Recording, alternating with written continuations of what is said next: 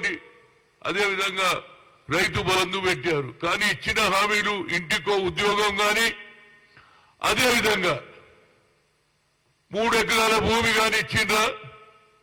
ఏం చేయని వాళ్ళు మాట్లాడుతున్నారు. ఎందుకంటే వాళ్ళకు భయం పుట్టుకున్నది.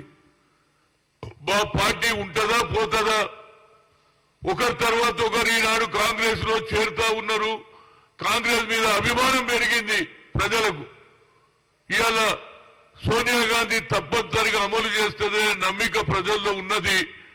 ఆ నమ్మిక వీళ్ళు పూర్తి చేస్తే మా బీఆర్ఎస్ కు మరి నామరూపాలు ఉంటాయా పోతాయా అనే భయంతో రోజు ఏదో ఒక మీద ట్విట్టర్లో మాట్లాడడం అది న్యాయం కాదురా బాబు.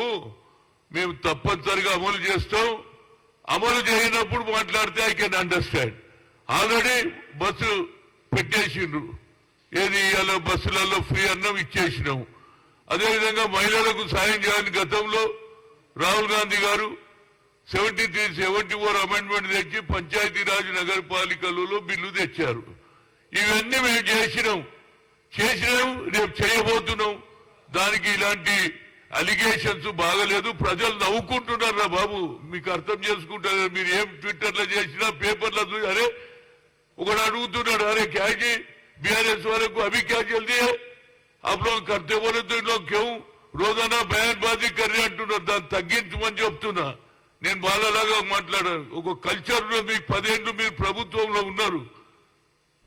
ప్రభుత్వంలో ఉండి ఈనాడు అపోజిషన్ మీద లేనిపోని అలిగేషన్స్ ఇంకా పనే కాలే. అదేవిధంగా కేంద్రంలో నరేంద్ర మోడీ గారు 2 కోట్ల ఉద్యోగాలు అన్నాడు, అది చేయలేదు.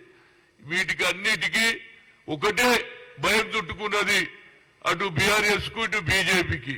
ఎట్టి పరిస్థితులలో కాంగ్రెస్ పార్టీ ఇచ్చిన మాట నిలబెట్టుకుంటది. సోనియా గాంధీ భయంతో ఈ అలిగేషన్స్ ఈ 420 అని ఇంకో 440 అని ఏదేదో చెప్తున్నారు ట్విట్టర్ లో.